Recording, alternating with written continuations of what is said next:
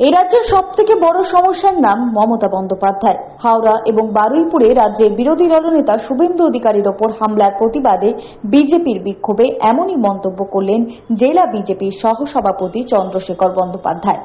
মঙ্গলবার দুর্গাপুরের ডিভিসি মোড়ে শুভেন্দু অধিকারীর ওপর হামলার প্রতিবাদে টায়ার জ্বালিয়ে পথ অবরোধ করে বিক্ষোভে নামেন বিজেপি কর্মী সমর্থকেরা।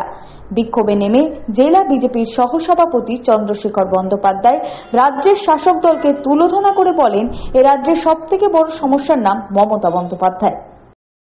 রাজ্যের বিরোধী দলনেতা নন্দীগ্রামের জনপ্রিয় বিধায়ক, বর্তমানে এই বাংলার সনাতনের ধ্বজ নিয়ে সনাতনী ভাই বোনদের রক্ষা করার যিনি দায়িত্ব নিয়েছেন পশ্চিমবাংলায়, শুভেন্দু অধিকারী, বাঁকসাড়ায় যেখানে সাধারণ মানুষ বিপদে পড়েছেন ভূগর্ভস্থ ধসের কারণে, প্রমোটিং রাজের কারণে, সেখানে ববি হাকিম গেলে পরে বিশেষ সম্প্রদায়ের মানুষরা স্বাগত জানায়।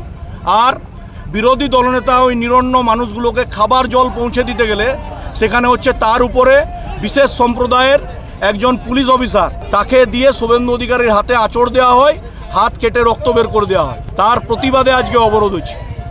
দিদিমণি লন্ডন পালিয়ে গেছেন, আর লন্ডনে গিয়ে সকালবেলা পেছনের দিক থেকে হাঁটা শুরু করেছেন দিদি। কারণ এই জন্যে হাঁটা শুরু করেছেন, বাংলার সনাতনী মা ভাই বোনেরা শুভেন্দু অধিকারী বিরোধী দলনেতার নেতৃত্বে সেই লড়াইটা এবারে বিশেষ সম্প্রদায়ের মানুষদের সাথে লড়তে চাইছে। তখন মমতা ব্যানার্জিকে পিছু হাঁটতে বাধ্য হবেন। সেই জন্য মমতা ব্যানার্জি আজকে লন্ডনের ব্যাকিংহামের রাস্তায় সকালবেলা মর্নিং ওয়াক করার সময় পিছন দিয়ে হাঁটা প্র্যাকটিস করছেন, যাতে বাংলায় ফিরে দিদিমণি আস্তে আস্তে পিছনে হেঁটে যান। সেই আন্দোলনকে কার্যকর করার জন্য আমরা আজকে পথ অবরোধে নেমেছি। এদিনের বিক্ষোভে নেতৃত্ব দেন বর্ধমান সাংগঠনিক জেলা বিজেপির সহসভাপতি চন্দ্রশেখর বন্দ্যোপাধ্যায় সহ বিজেপি কর্মী সমর্থকেরা।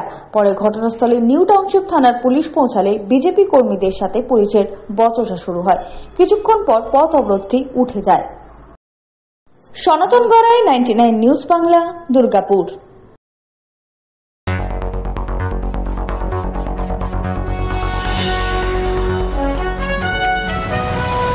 আপনারা দেখছেন 99 নিউজ বাংলা। বদলাবো আমরা।